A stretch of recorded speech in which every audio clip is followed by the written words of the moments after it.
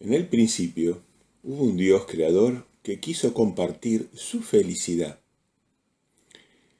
Su primera obra creativa, la palabra Torá, que regularía y sostendría la felicidad de todos sus seres creados. Esa palabra fue, era y será su Hijo primogénito y unigénito, por medio del cual todas las cosas vinieron a ser. O sea, nosotros mismos hemos venido a ser por intermedio de la Santa Torá. Este es el relato de cómo la creación recuperará su destino de felicidad y vida eterna. La apostasía universal comienza con el alejamiento del hombre y de alguna de sus criaturas celestiales de los mandamientos de la Torá. Esta apostasía se ha mantenido activa desde el principio del mundo hasta ahora. Luego de la rebelión inicial, la segunda marca de la apostasía se referencia a Babel, esta ciudad antigua que con el tiempo se iría transformando en un concepto mucho más desarrollado al concepto de Babilonia la Grande. O sea que la ciudad de Babel, que fue hecha en oposición a las ideas, a la Torá de Dios, se fue transformando con el tiempo, se fue universalizando esa ciudad perversa hacia Babilonia la Grande. A lo largo de este estudio consideraremos las distintas formas en que Babilonia y su marca dañó al mundo del Dios creador y al camino de redención. Es decir, en esta historia tenemos dos contrincantes, y estos dos contrincantes llevan su sello o marcas. Una es el Aleph Tau contra el triple Tav. Nuestro Creador nos exhorta a que lo busquemos con un corazón sincero y contrito, que clamemos a Él. Clamemos a Él por verdades y Él nos va a llevar a esas verdades. Entonces, básicamente una forma de adoración acepta es la adoración, es la constricción, es el ayuno, las buenas obras, el arrepentimiento. Todo eso purifica nuestras oraciones hasta que hacen que se transformen en ese incienso bendito que logra llegar al altar del Todopoderoso para ser consideradas por Él. El Creador y su palabra, su Hijo unigénito, han estado trabajando arduamente para poder recuperarnos de esta apostasía o de este alejamiento de su camino, de la infelicidad y de la muerte. Padre e Hijo comparten su marca o sello, como dijimos, que es el Aleph Tav, y sus sagrados nombres son Jehová y Yeshua. En el principio existía la palabra, y la palabra estaba con el Todopoderoso, y la palabra era poderoso. Todas las cosas fueron hechas por medio de Él, y sin Él no se hizo nada de lo que se ha hecho. Esto quedó citado, lo escribió el apóstol Juan en su primer capítulo 1:1, en la versión Biblia israelita nazarena. Yeshua fue encomendado por Dios Padre para rescatar a su creación, la humanidad. Así que Yeshua fue encomendado por Dios Padre para rescatar a su creación, la humanidad. ¿Cuál es la verdad que lleva a la felicidad y a la vida eterna? Esta verdad fue declarada por muchos hombres de Dios, en particular por David, en el Pacto Antiguo, cuando se dijo en el Salmo 119, 142. Tu Torá es la verdad. O sea que nosotros tenemos la verdad en la medida que nos acerquemos a la verdad revelada por la Torá. Esta Torá no es vieja ni nueva, puede ser antigua, pero nunca queda invalidada. La verdad de Dios es única e irreemplazable. Esta Torá estaba compuesta por los 10 mandamientos de Dios que fueron escritos sobre piedra y enterrados o guardados en una caja de oro, dando clara evidencia de que eran los más importantes del universo. Y por otra parte están otras leyes, muchas leyes que interpretan estos mandamientos en el contexto en que les tocaba vivir a los judíos en el momento, en su grado de desarrollo y de su cultura. Esos 613 sí no son eternos, fueron 613 mandamientos aproximadamente. Estos fueron escritos sobre papiro o sobre cuero. Eran mandatos que iban o con tendencia a muchos de ellos a desaparecer. De hecho, el día de hoy muy pocos de esos se pueden aplicar, porque ni siquiera tenemos el templo para aplicarlos. Pero los 10 mandamientos sí iban en otro lugar, con otro simbolismo, y hoy están preservados para el tiempo del fin, para el juicio. En el Salmo 119, 29, David dice: aleja de mí el camino de la mentira y dame la gracia de tu ley. Acá vemos que a la ley le dice gracia, regalo, ¿no? Realmente, porque para el pueblo ese, que vivía en medio de pueblos degradados, al haber recibido la ley de Dios, los separaba, los hacía felices, los hacía completos, dignos, y David decía, bien, es una gracia, un regalo de Dios. Esa misma gracia de David fue la gracia de Yeshua, que dicen que Yeshua vino a salvar por gracia. Bueno, esa era la gracia de la palabra del Padre, la Torá. Él solamente vino a interpretarla con criterios divinos, invalidando la Torá oral que habían escrito los hombres y que ponían pesadísimas cargas sobre la humanidad. La palabra escrita por Elohim tiene que ser honrada por obras. Una de las tantas veces que se toca este punto está en Santiago 2:18, y donde vemos que Santiago pone énfasis que no solamente hace falta la fe, sino que la fe sin obras no puede existir. La fe sin obras está muerta. Esto es para contestar aquellas dudas de las personas que creen que la fe, o sea, la Torá, la fe de Jesús, la Torá interpretada por Jesús, alcanza para la salvación. No, porque lógicamente lo que esperaba el Maestro y lo que espera nuestro Padre es que esa fe se transforme en obras de salvación de otras personas. La estrategia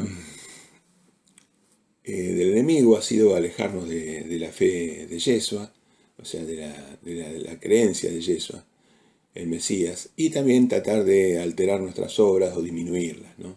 El dragón siempre odió la fe de Yeshua y las obras de los fieles, pudiendo evidenciarse en lo dicho en Apocalipsis 12:17. Este es un texto muy importante, Apocalipsis, el libro último de la Biblia, donde hace mención a las profecías que aplican justamente para nuestro tiempo, profecías que todavía no están completamente cumplidas, que están en aplicación, así que tenemos que prestar doble atención.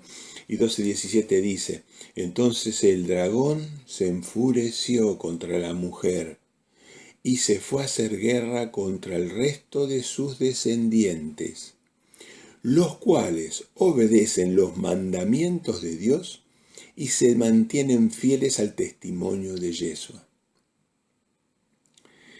Vemos que recalca Revelación que los que tenían la verdad eran los que cumplían los mandamientos de Dios. ¿Cuáles mandamientos? Los únicos mandamientos que han existido, los 10 mandamientos.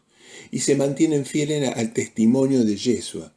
Yeshua a esos 10 mandamientos les dio un alcance, un sentido y una interpretación mucho más amplio y mucho más preciso y menos exagerado que los que los fariseos le habían dado en su época para el pobre pueblo de Israel. Es decir, que lo importante es obedecer,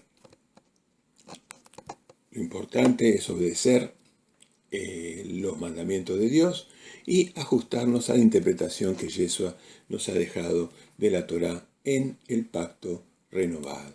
Acá no hay viejos o nuevos pactos, hay pactos antiguos en una palabra de respeto, pacto antiguo, y la palabra que le corresponde realmente es pacto renovado, un pacto que Yeshua completa con la parte de lo que nosotros denominamos los evangelios, que es la interpretación de la palabra Torá.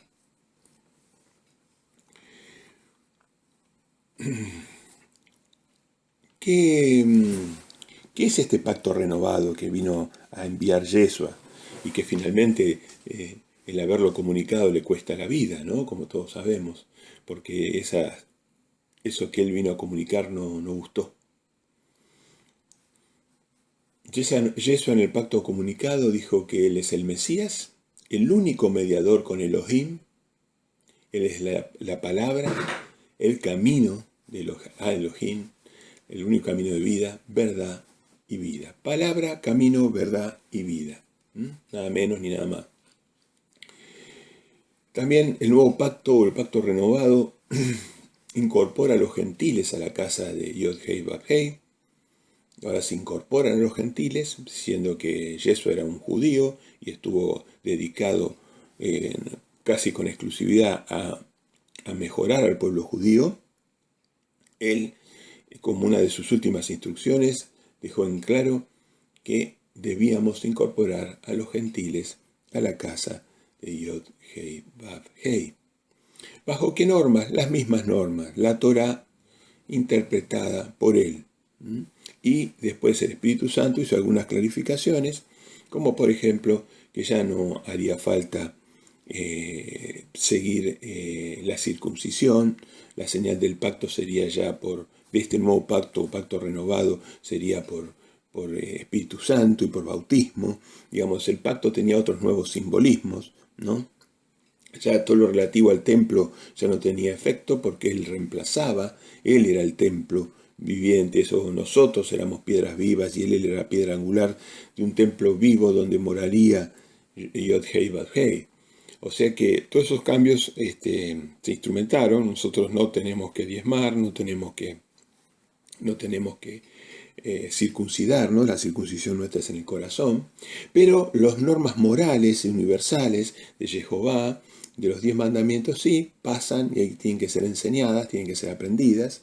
En ese sentido se tergiversó mucho al apóstol Pablo y justamente en los primeros 3 siglos se tergiversó, justo cuando se estaba tergiversando la Biblia en cuanto a conceptos de la Trinidad, agregando conceptos trinitarios, seleccionando los libros conforme a sus creencias. Eso todo se hizo entre el siglo III y el siglo IV.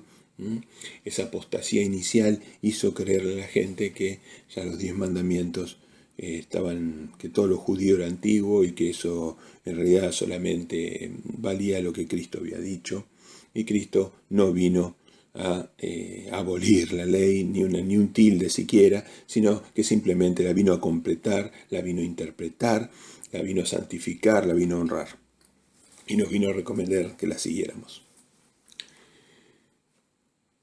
Así que dijimos que se invalida el templo físico, el sacerdocio levítico y la circuncisión. Se exhorta a cumplir los mandamientos de Yod-Hei Vav-Hei, la fe del Mesías. 10 mandamientos y la interpretación de la Torá por Yeshua. Yeshua anula la Torá oral judía, esto es importante, todas las reglas de hombres que él decía exageradas.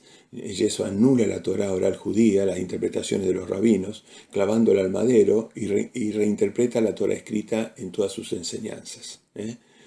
Ustedes escucharon, pero yo más bien les digo, y él hacía la reinterpretación para todos nosotros sus seguidores. Eso es la fe de Yeshua. Se da la comisión de predicar el reino de Dios, hacer discípulos y bautizarlos en toda la tierra, así como seguir aprendiendo del Dios Todopoderoso y su Hijo amado. Debemos seguir aprendiendo, debemos predicar el reino, hacer discípulos, bautizar. Toda la tierra es nuestro campo de predicación. y seguir aprendiendo siempre de ellos. Se nos asegura la compañía y ayuda de Yeshua hasta el fin del sistema presente y la compañía y ayuda del Espíritu Santo de Jehová. Nuestra autoridad está dada por la Torá, malas enseñanzas y fe de Yeshua, evangelios, guiados por el Espíritu Santo que nos guía a las verdades. También esta segunda venida de Cristo esta primera venida de Cristo se nos advierte fuertemente con respecto a la apostasía. De la segunda venida todavía no hemos hablado. La apostasía sobre los santos mandamientos de Dios. Toda la descendencia de Aleftav hasta Moisés conocían los mandamientos de Elohim. Estos mandamientos permitían declarar justos a Abel, Noé y Abraham, entre otros. Es decir, hubo siempre un camino de gente que cumplía los mandamientos de Jehová. No sabemos exactamente cómo esos mandamientos llegaron, ni en qué forma, pero sabemos que había gente que era justa y que te practicaba los ritos, digamos, de los sacrificios de forma adecuada y otros no. Es decir, que había obediencia, que sabían que no debían matar, que sabían los mandamientos de él, la forma que él piensa, lo que él cree como santo. O sea que esta gente de alguna manera tenía los conocimientos, ya sea porque se lo había contado a Adán o por lo que fuere. Fue en el monte Sinaí cuando Yod-Heh-Vah-Heh comunicó por escrito en forma oficial y solemne sus 10 santos y eternos mandamientos, no permitiéndole ni siquiera a Moisés escribirlos con sus propias manos, para no dejar ningún lugar a duda de un posible error por parte de su siervo. Estos fueron escritos no sobre cuero o papiro, sino sobre piedra, en sinónimo de impredecible, de que no va a perecer, de algo que no va a cambiar, algo que no debe ser alterado, sobre piedra, no sobre un material ligero. Así que estos mandamientos fueron escritos, dijimos, sobre piedra y a posteriori colocados dentro del más santo objeto que haya existido sobre la tierra y que siga existiendo, el arca del pacto. Esta arca estaba completamente revestida en un material incorruptible, o sea, con un sinónimo o ejemplificándonos de que eso no iba a perecer o que no iba a cambiar de estado, ¿no? Es incorruptible, piedra adentro de oro. Uno puede tirar un elemento de oro en un campo, venir 100.000 años después y va a encontrar que el elemento está totalmente preservado. Es una metáfora de algo que es incorruptible y que es perpetuo como material. Así que es un material incorruptible como el oro, simbolizando su duración eterna y también su santidad. Desde la redacción de los mandamientos hasta la fecha siempre ha sido objeto de la apostasía y particularmente a partir de la muerte de nuestro líder, el Mesías. Disculpe. El apóstol Pedro comentó cómo se trata de distorsionar las escrituras del apóstol Pablo, siendo usada esta confusión para fundamentar la más grande apostasía que pudiera haber sufrido la instrucción divina. Siempre los 10 mandamientos fueron objeto de los ojos apóstatas o las ambiciones apóstatas, ¿no? Con la confusión que se generó en el cristianismo, con ciertas cartas que aparentemente hubiera escrito Pablo y la mala interpretación que hicieron de ellas, se ha logrado relativizar o minimizar la importancia del día sábado. Desde entonces podemos observar distintos grados de incumplimientos en base a interpretar que 1, 2 o 3 de sus mandamientos ya no estarían vigentes. Es decir, que hay organizaciones que creen que 1 de los mandamientos ya no vale, 2 no valen, 3 no valen y algunos más no valen, casi ninguno valdría. En estos otros casos no los eliminaron, pero los reescribieron de acuerdo a su conciencia babilónica. Otros individuos que lo que hicieron fueron, digamos, reescribirlos. No los eliminaron, pero los reescribieron. Algunos reescribieron los 10 mandamientos en 10 mandamientos parecidos, que les convenían, eliminando algunas cosas, como era la idolatría o como la adoración en el sábado y otro tipo de cosas. Y otros directamente los reescribieron a todos, los 10, como se puede observar en esas majestuosas tablas que se encuentran en Estados Unidos hoy por hoy. 10 mandamientos totalmente distintos a los entregados por Jehová a Moisés. Esta es una franca burla del opositor hacia los santos mandamientos de Dios, que hoy están preservados, según sabemos por arqueólogos bíblicos, están preservados en forma segura, custodiados en una cueva de Israel, donde están seguros para el momento en que Jehová los va a usar como evidencia de su existencia y como prueba del gran incumplimiento que hubieron sobre ellos por la humanidad.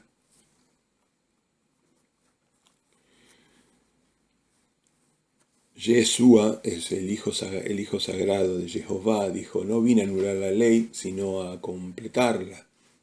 Los mandamientos de Yeshua, el Mesías, para sus seguidores son: amarás a Yod Hei Vav, tu Dios, con todo tu corazón, con toda tu alma y con toda tu mente. Amarás a tu prójimo como a ti mismo. Sus discípulos deberían distinguirse por el amor entre sí y ocuparse de los desvalidos. Sus seguidores deben adquirir conocimiento del Dios Todopoderoso y de su Hijo y hacer discípulos de gente de todas las naciones, bautizándolos y anunciando el reino de nuestro Padre Celestial. El significado de amar al Dios Creador y al prójimo se le había dado a Moisés escrito sobre piedra en los 10 mandamientos, perpetuos para la humanidad, puestos en el arca del pacto, que se detallan a continuación.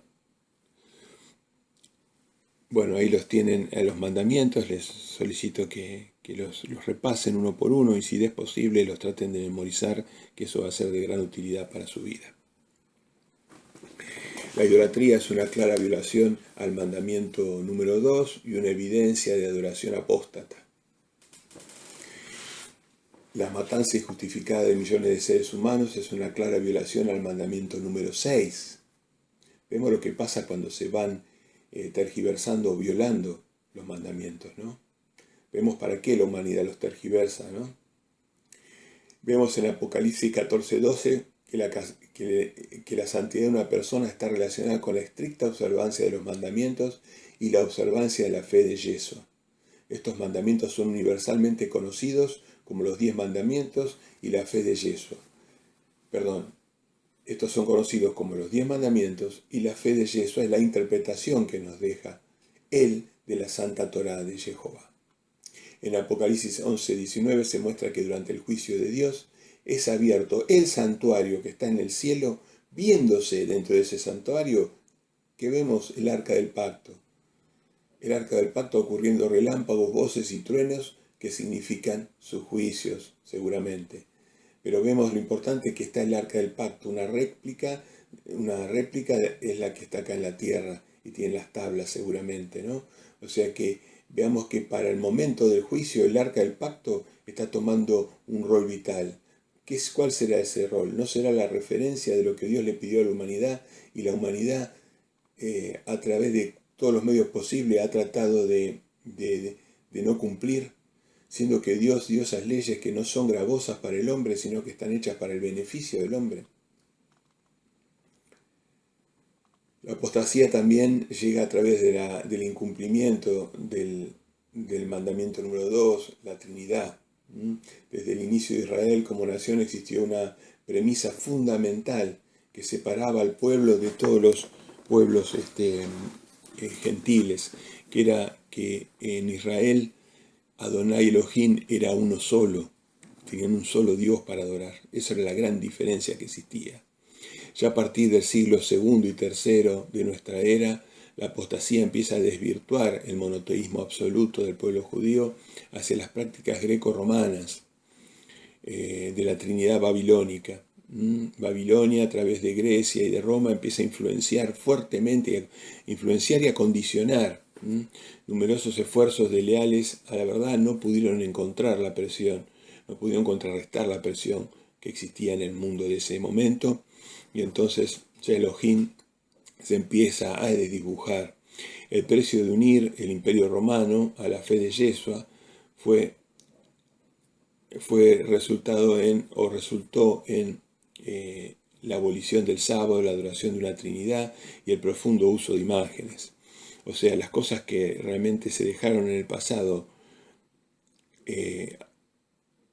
como precio por unirse a Constantino, o sea, unirse a Roma, o sea, la religión de Yeshua, al unirse a Roma, tiene que negociar tres aspectos: la abolición del sábado, la adoración de la Trinidad y el profuso uso de imágenes, así como también desvirtuar el principio de no matarás.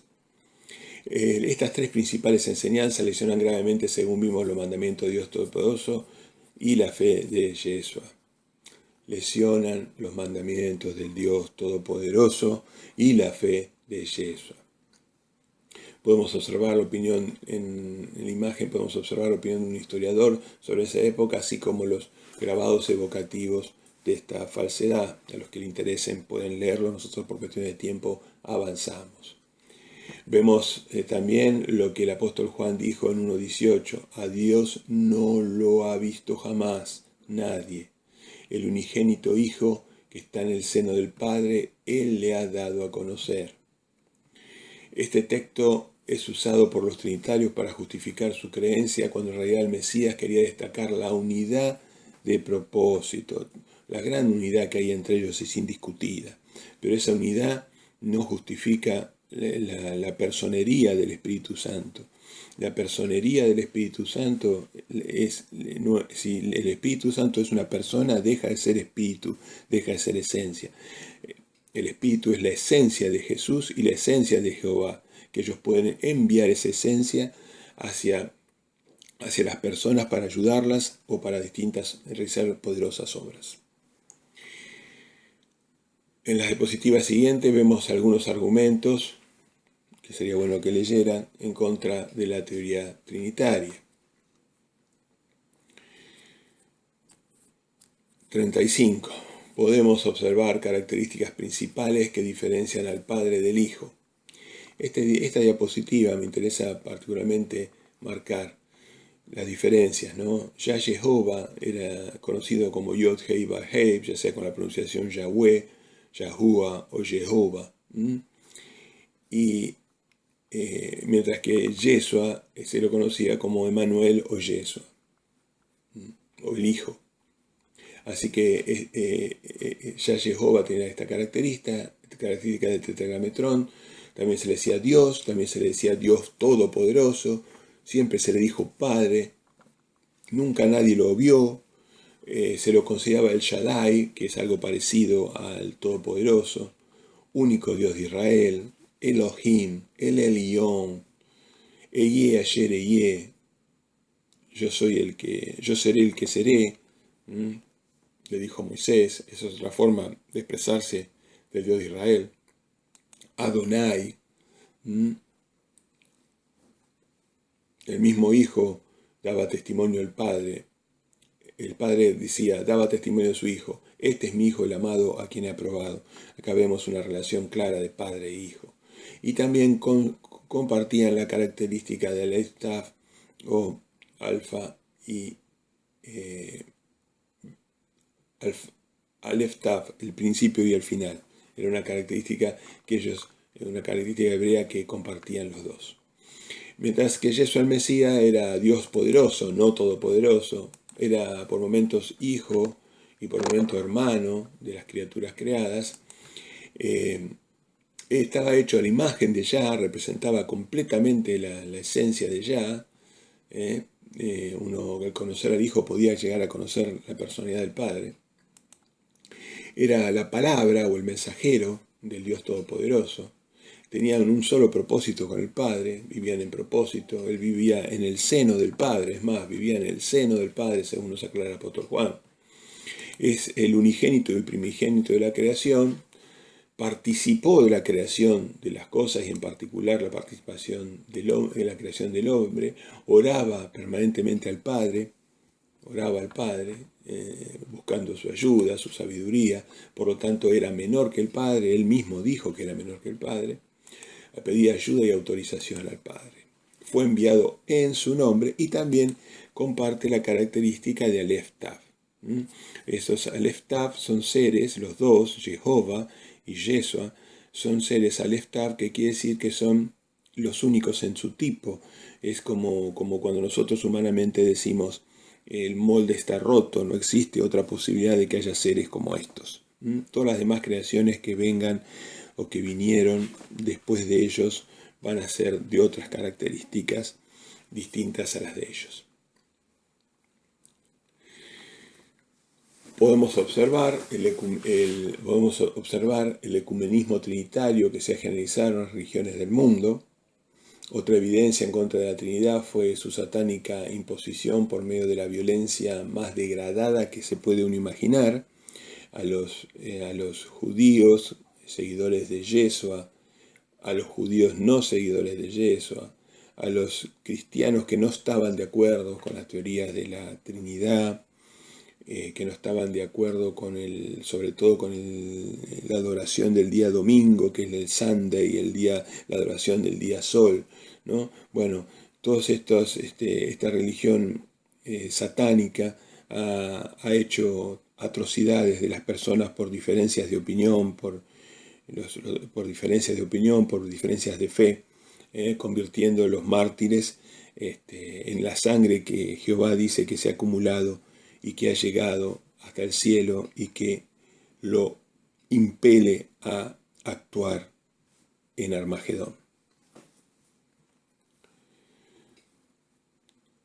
Cerramos este punto invocando las palabras de nuestro Padre cuando dijo en el momento de su unción: este es mi Hijo el amado, a quien yo he aprobado.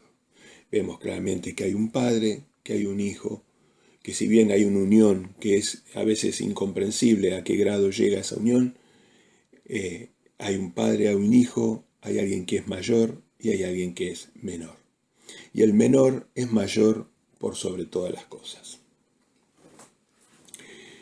La apostasía aplicada sobre la pronunciación del nombre divino. Este es otro punto que queremos dejar en claro, cómo la apostasía también trabajó en el nombre, ¿no? Con el propósito siempre de confundir, de alejar al pueblo de su pastor. Desde Moisés, incluyendo a la época del rey David, el nombre de Eterno era pronunciado libremente y con mucho respeto. Se escribían canciones, se saludaban la gente una a otra con el nombre, en las reuniones en las sinagogas, en las reuniones religiosas. Era múltiple los usos que le daban al sagrado nombre y siempre respetándolo, ¿no? Siempre respetándolo en el sentido de tenerlo en alta estima como algo precioso, como si alguien tuviera en la mano algo que sea precioso, de joyas, de diamantes. Bueno, uno lo cuidaría de que no se lo roben, de que no se caiga, que no lo pisoteen, que no lo tiren, que no lo ensucien. Múltiples alabanzas escritas por el rey David contenían y pronunciaban el nombre del Todopoderoso. Ya en época del Segundo Templo, ciertas facciones dominantes del judaísmo, entre ellos los fariseos, comenzaron a restringir severamente el uso y pronunciación del nombre divino y a reemplazarlo por sendos subterfugios, entre ellos el más popular es el de Hashem, el nombre Hashem. Podemos observar que fue reemplazado por el uso impersonal de la palabra Señor y Dios, otra cosa impersonal, Hashem en hebreo o en español, en castellano, se le empezó a llamar el Señor Dios, y algunos otros directamente eran reemplazados por Tetragrametrón. Todo esto generó de que la pronunciación exacta del nombre se haya perdido. No su grafía, que la tenemos exactamente, gracias a Dios, pero su pronunciación exacta es objeto de ciertas controversias y dudas razonables. Podemos observar en primera instancia una de las pronunciaciones más populares del nombre divino, heredado por tradición oral. Su santo nombre, según esta tradición, sería Yahweh. Bueno, hay gente que por tradición de sus ramas de adoración le ha llegado esta pronunciación, y como esa pronunciación coincide con el tetragrametrón, entonces la aceptan por válida y buena. Así que bueno, esta sería una forma de pronunciar. Otra pronunciación basada en la tradición y deducción sobre todo es la de Yahuwah. Yahuwah, Yahuwah, Yahuwah. Producciones esta pronunciación se la ve en grupos judíos semenitas, que han estado en África o que han estado en el sur de Arabia, han mantenido esta hermosísima pronunciación de Yahuwah, y el hijo en ese caso sería Yahushua. Una tercera pronunciación, que es basada en las escrituras hebreas, vocalizadas por los masoretas a partir del siglo, digamos, el siglo VI, después de Yeshua. Bueno, esta vocalización de los masoretas, que también ha sido cuestionada, pero hoy es todo cuestionado porque justamente tratan de buscar apostasía por todos los medios, los masoretas hicieron puntos vocálicos y hoy eso nos permite construir la palabra divina con la pronunciación de Jehová, Jehová, Jehová. Basado en la evidencia masorética, nuestra pronunciación recibida, nuestra pronunciación recibida es Jehová, convirtiéndose en la más probable forma de vocalización del nombre divino. Decimos más probable porque esto seguramente en algún momento puede ser rectificado o ratificado por nuestro Santo Padre y su Santo y Soberano Hijo. Una forma poética y afectiva del nombre divino que ha llegado intacta hasta nuestros tiempos es, en su forma abreviada, Yah, I-A-H, Yah. Esto se usa tanto para adorar como para expresar unívocamente al Creador de todas las cosas, el Ser poderoso al cual nosotros adoramos.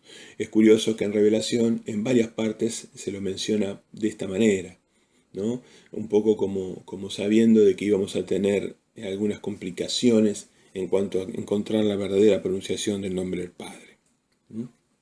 También recordemos que no podemos expresar al Padre con la hermosa frase que Cristo nos dijo que usáramos, que es Padre nuestro que estás en los cielos. Eso no deja ningún lugar a duda que el Padre nuestro es Yah, Jehová. La apostasía en el pueblo judío.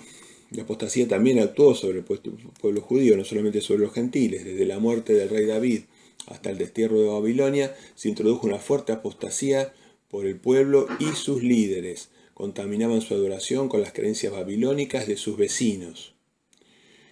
Yod-Hei Vav-Hei había encomendado a Israel ser una nación santa para poder difundir su instrucción divina al resto del mundo. Iba a ser como una especie de candelabro, una linterna. Muy lejos de esto, el pueblo en numerosas oportunidades, contaminando los mandamientos, provocaron la decepción e ira de nuestro Padre Todopoderoso, con consecuentes exilio y destrucción del templo.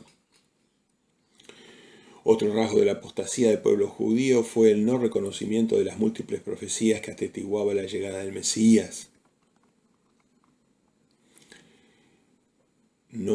Rechazaron al Mesías porque no estudiaron, porque no tuvieron un corazón puro para verlo, para entenderlo, para considerarlo. No fueron todos los judíos en su mayor parte lo aceptaron en su momento a Jesús. Eran las clases dominantes, los seduceos, los fariseos, los escribas, las clases dominantes que estaban corrompidas al poder, que estaban enquistadas en el poder, que estaban reescribiendo la Torá, que hacían las reglas de hombres que Jesús le decía, prole de víboras, hipócritas, usan enseñanzas de hombre, invalidan los preceptos de Dios, ponen cargas sobre la gente. Todo eso quedó abolido por Yeshua, quedó clavado en el madero. La interpretación de la Torá que únicamente vale es la que hizo Yeshua HaMasías. Otra manifestación de la apostasía judía es el sionismo, que tiene por objetivo hacer daño a los mandamientos y la fe del Mesías. Estos poderosísimos judíos ricos de riquezas incalculables, incalculables, son ateos, o por lo menos descreen de Dios. Ellos creen en Lucifer y usan el dinero para hacer daño a todo lo que Dios ha pensado como bueno para la humanidad. El sionismo es el que va a reconstruir el templo. Y bueno, después seguiremos hablando un poco más de esto. Otra manifestación de la apostasía es el desarrollo de la Kabbalah, que se parece mucho al misticismo y al espiritismo. Informaciones realmente que generan dudas en cuanto, si bien ellos la venden como derivada de la Torá, en realidad uno ve que ya tiene algo más que la Torá. Tiene información adicional y una información que no tiene el olor a la cosa santa que uno está acostumbrado con la santa palabra de Jehová. También de ahí proviene la teoría de la reencarnación y los preceptos noágicos. Todas estas mala hierba, la Kabbalah, la reencarnación, los preceptos noágicos, está prendidísima entre los grupos apóstatas judíos, algunos ultraortodoxos, hasta los ultraortodoxos. Nosotros, lejos de estar de acuerdo con las creencias romanas de que los judíos han sido el pueblo rechazado por Dios, queremos dejar en claro que muchísimos judíos fueron, son y serán leales a los mandamientos de Dios y a la fe del Mesías. Todos los judíos originales que se iban convirtiendo, el Mesías era judío, los apóstoles eran judíos, y hasta Pablo, que fue nominado después, era judío. Y muchísimos seguidores que tenían en su momento, los nazarenos, por ejemplo, un grupo de ellos, los nazarenos, o los del camino también conocidos, esos hasta el día de hoy siguen profesando la fe limpia del Mesías Yeshua. Como bien se explica en el Antiguo y Renovado Pacto, el árbol de la casa de Jehová iba a estar constituido por un remanente judío al cual se le injertó la rama de los gentiles, que aceptaron a Yeshua y sus mandamientos. Por ende, ambas ramas se deben alimentar de las raíces judías de la fe del Mesías, esto es la Torá. Este ejemplo rectificado por el apóstol Pablo de los dos olivos, el olivo y el olivo silvestre, ¿no? Deja los claros que ambas partes, un remanente judío que acepta a Jesús o que se va convirtiendo a Jesús, junto con nosotros, que nos injertan dentro de las raíces judías. Así que nuestra salvación viene por conocer y aceptar la Torá de Jehová y de su Hijo Yeshua. Otra fuente de predicción del camino de la verdad han sido y serán los falsos. Otra fuente, de perdición del camino de la verdad ha sido y serán los falsos profetas que han generado, agregando a los libros sagrados confusión y muerte. Tal es el caso de las doctrinas, como las doctrinas de mormonas, el Book del Mormón y el Corán, del Islam, de la religión islámica. Tanto estos falsos profetas, la Biblia advirtió que iban a venir falsos profetas, y los falsos profetas aparecieron. Apareció primero Mahoma, que desvió a casi todo el pueblo árabe a través de una falsa profecía, en teoría dada por el ángel Gabriel. Y después aparece el falso profeta Smith, José Smith, que agrega al Book del Mormón, trastocando las enseñanzas. Por sus frutos reconocerán, también dijo Cristo, trastocando las enseñanzas simples y puras de nuestro Padre. Siempre hubieron hombres de Dios que quisieron restablecer una adoración más pura, pero en general sus esfuerzos no han podido compensar las prostituidas enseñanzas de Babilonia. Tal es el caso en la antigüedad de Lutero, por ejemplo Lutero, uno de los más grandes reformadores de la fe babilónica, pero la reforma obviamente se interrumpió, se estorbó, hasta que prácticamente se se diluyó esa reforma, dando origen a todas las hijas de la reforma, que son las iglesias protestantes, adventistas, evangelistas, ¿no? Toda la rama luterana, ¿no? Que realmente la reforma no llegó a cumplirse totalmente. Quedaron todavía algunos vestigios de paganismo dentro de sus creencias. Que Juan Calvino también fue otro, no me quiero olvidar de mencionar a Juan Calvino, un héroe en este sentido, en la rectificación de las corrientes. En tiempos más modernos ha habido muchas personas que también están tratando y han tratado, algunos de los más mencionables, que han tratado de restablecer han tratado de restablecer la adoración pura. Ha sido Elena de White, que dio origen a los adventistas, y el señor Charles Russell, que también a través de un estudio diligente de la Biblia ha logrado rectificar algunas de las prácticas contaminadas por Babilonia. Ahí lo vemos en el slide, la apostasía y las profecías bíblicas. 75 y 76, una acción importante apóstata es la de el ecumenismo. El ecumenismo, que busca generar unos pocos factores comunes entre muchas distintas religiones que permitan una adoración universal, degradando los preciosos e imprescindibles, y más diría precisos, mandamientos de nuestro Creador. O sea, lo que busca el ecumenismo es buscar factores comunes en detrimento de la Torá y los mandamientos y la fe de Yeshua el Mesías. Ahora nos referiremos rápidamente a la apostasía desde la óptica del libro de Apocalipsis, que nos explica la apostasía en el libro muy brevemente, porque esto sería objeto de por sí un estudio extensísimo y detallado. Pero en Apocalipsis vemos que hay una mujer, que es la organización de Dios. Vemos a otra mujer, que es Babilonia la Grande, que es una prostituta.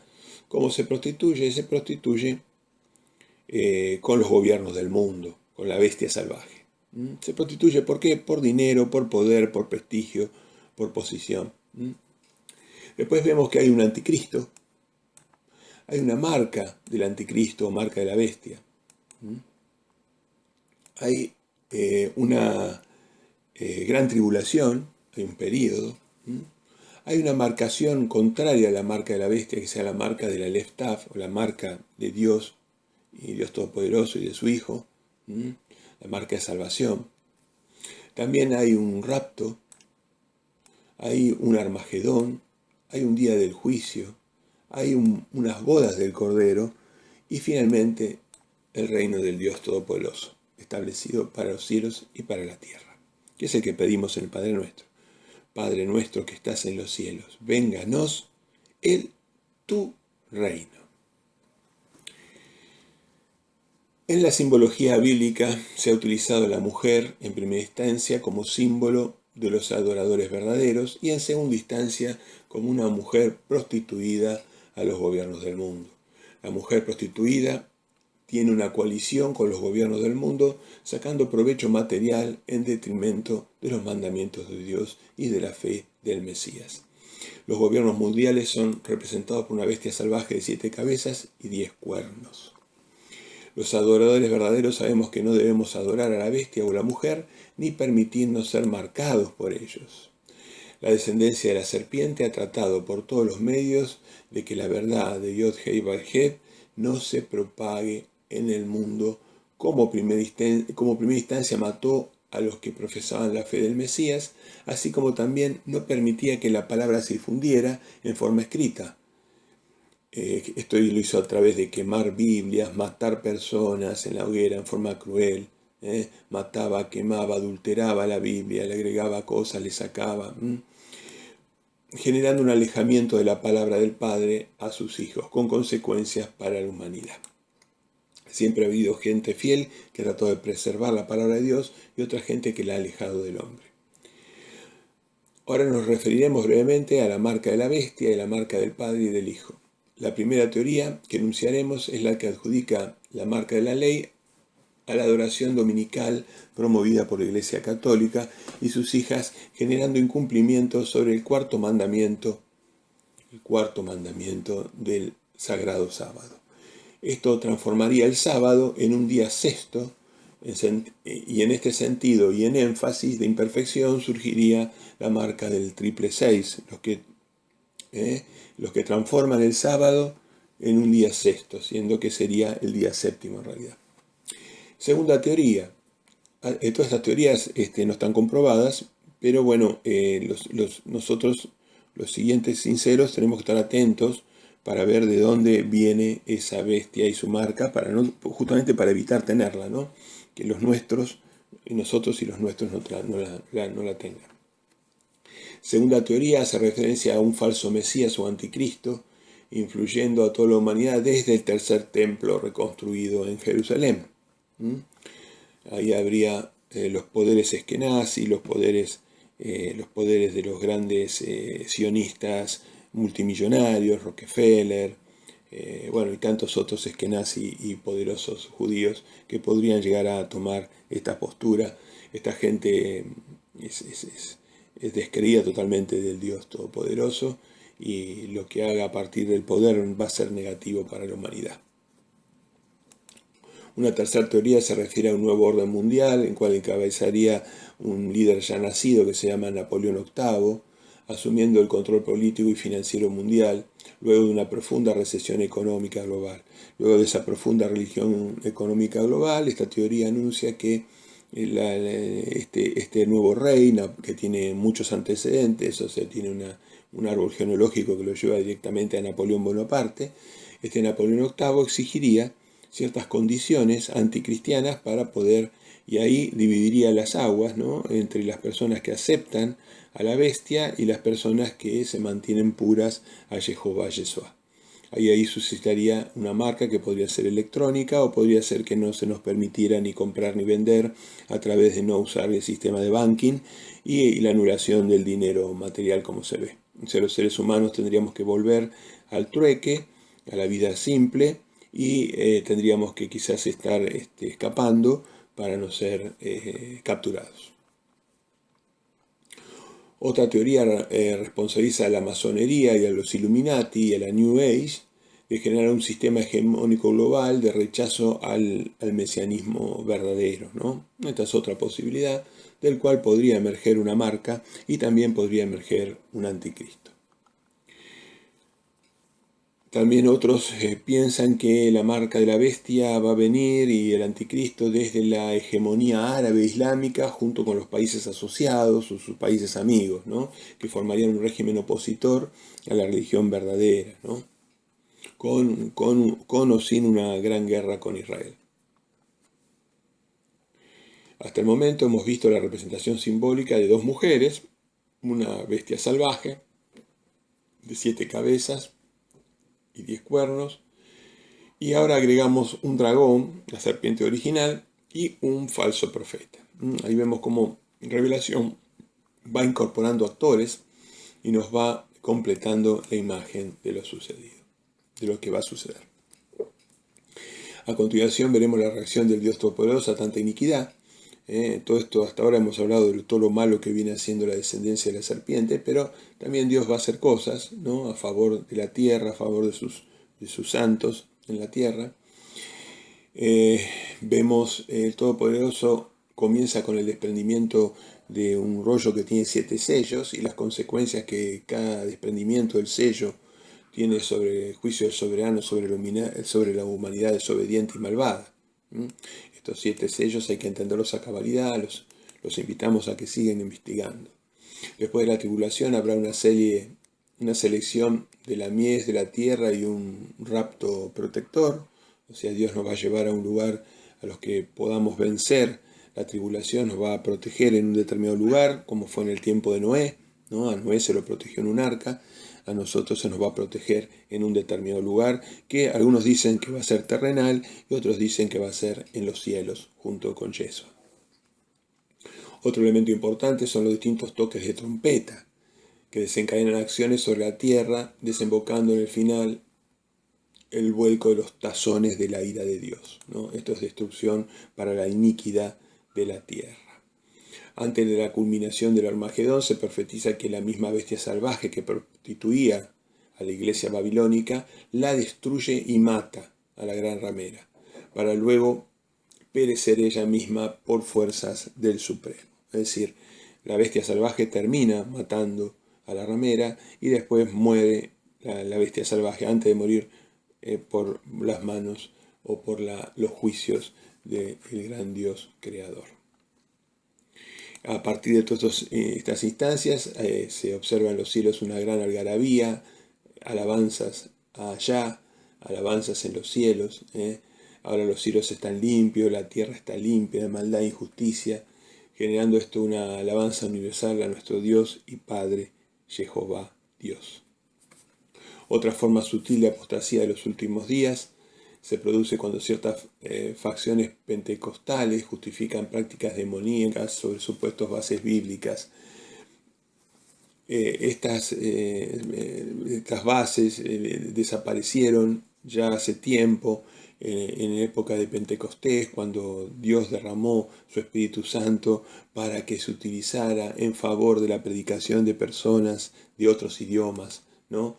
Satanás ha usado en algunos casos, no digo que en todos los casos, puede haber casos que haya realmente algunos casos, pero la mayor parte de lo que uno puede observar en las sociedades nuestras son gente que usan esto como una excusa para conectarse con demonios, tener sesiones de espiritismo y manifestar poderes que no tienen ningún tipo de provecho para la congregación ni para los predicados.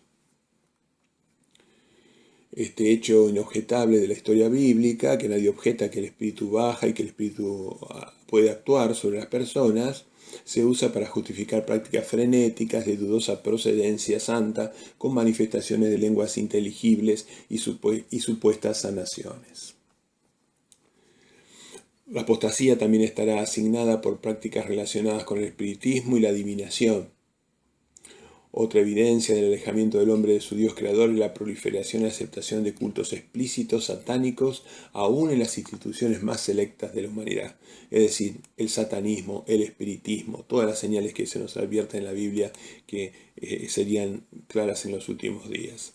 La ideología darwinista han producido en el último siglo pasado una escalada sin precedente de las guerras mundiales y crímenes de lesa humanidad como nunca, ¿no? Todas las ideas de Darwin. Al presente nos enfrentamos a la amenaza concreta de destrucción masiva de la humanidad por el potencial de armas termonucleares existentes. Si las filosofías darwinistas de que el hombre es simplemente un animal siguen proliferando y por otra parte ese animal inteligente sigue construyendo armas de destrucción masiva, si no interviniera el Dios creador, la tierra desaparecería. Todo lo hermoso que Él creó desaparecería. Hemos podido observar la intensa actividad babilónica desde Babel hasta la fecha y los santos planes de la descendencia de la mujer para aniquilarla. Después de estas cosas vi una enorme muchedumbre, dice Jehová, dice Yeshua. Después de estas cosas vi una enorme muchedumbre, imposible de contar, formada por gente de todas las naciones, familias, pueblos y lenguas. Ven pronto, amado Yeshua. Amén.